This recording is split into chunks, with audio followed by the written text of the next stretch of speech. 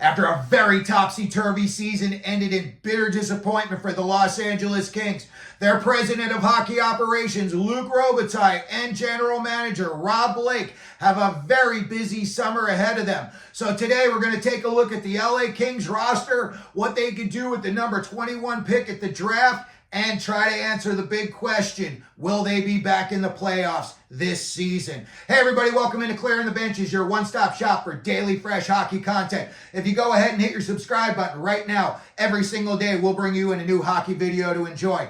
Well, if you're a Kings fan and you've been watching this team closely, you can see every year, last couple of years, they're taking like a little quarter, half step back. I think they need to reevaluate the roster that they've got, and I think that's going to make some really hard decisions this summer for Rob Blake and Luc Robitaille. So let's look at who is running the show out in LA, and that is general manager Rob Blake. He had played in 1,270 NHL games, and he had 777 points. He had a booming slap shot, and he won the Stanley Cup with Colorado in 2001.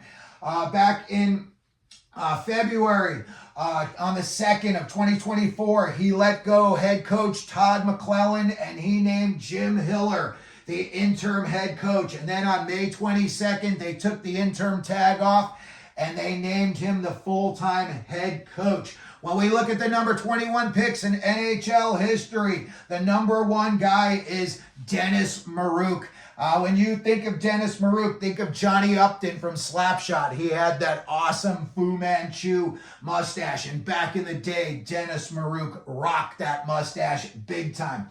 Saku Koivu was the number 2 guy taken with the number 21 pick, and he had 832 points in his NHL career. Brian Smolinski, who spent some time on the Kings in his career. Sil Apps, Pat Flatley of the Islanders, Marco Sturm, who I believe may soon be the new head coach of the San Jose Sharks, Kevin Lowe, who ran the Oilers for a while, Eric Vale, Colby Armstrong, who we see a lot on the NHL Network, Jerry Meehan, Joel Quenneville, and Nevin Marquardt. You want to see a good fight? Go back on YouTube and check out the fight he had with the guy running the Vegas Golden Knights, president of hockey operations, George McPhee. Him and Nevin Marquardt had a fight at center ice at Madison Square Garden that I was lucky enough to be there for, and it was awesome. So you don't want to miss that one. And now we look at the recent number 21s in the NHL. In 2019, the Pittsburgh Penguins took Sam Poulin. In 2020, CBJ took a kid I love, Yegor Chinakhov. Watch this kid play. He is very exciting. 2021, Fabian Lysell. 2022, Owen Pickering. And last year, Charlie Stramel was selected with the number 21 pick. Well, we look at what the Kings have been up to with their recent number ones. 2019, Alex Turcotte. We're still in wait-and-see mode on that one. 2021, Quentin Byfield. 2020, Quentin Byfield. 2021, Brant Clark. And then 2022 and 2023, they did not have a first-round draft pick. When you look at their recent draft picks, in my opinion, Byfield and Clark are the only two that they've hit on as of recent times. When we look at what the Kings have got going on the roster, break out the tissues. This is going to make you want to cry. They're paying Pierre-Luc Dubois the most money on the team, $8.5 million. Well, at least for the forwards, he's the most highest paid. All the way through 2029-30. Kevin Fiala, $7.8 million. All the way through 2028-29. And remember, he got traded for Brock Faber, and it's working out pretty well for Minnesota with Brock Faber. So let's keep an eye on Kevin Fiala this year and see how that works out. Anze Kopitar, in my opinion, should be the most highest paid player on this team, and he's on there for 2 more years at $7 million. Philip Deneau, $5.5 million, 3 years. Adrian Kempe, $5.5 million, 2 more years. Trevor Moore, $4.2 million at 3 years. I like his game. He's a very well-rounded player, and he knows how to find the back of the net. Alex Laferriere, 1 more year at $875,000. And then you've got some RFAs, Quentin Byfield, Carl Gunstrom, Arthur Kaliev, and Blake Lizotte. So those guys are all going to have sit-downs with Rob Blake and Luc Robitaille. When you look at the defense, here's where you get the highest paid player on the Kings, Drew Doughty, $11 million for 3 more years. I don't know that Doughty's an $11 million a year player anymore. Vlad Gavrikov, 1 more year at $5.8 million. Mikey Anderson, a guy I really like, and so do the Kings. They've got him locked up for $4 million all the way through 2029-30. Then you get down to the secondary guys. Andreas Englund, kid likes to drop the gloves. 1 more year at $1 million. You've got Jakin Muvarare, and he's at $775 for 2 more years. And then you've got Jordan Spence, a 23-year-old RFA, and Matt Roy is 29 years old, and he is a UFA, and I think Matt Roy could get paid this offseason.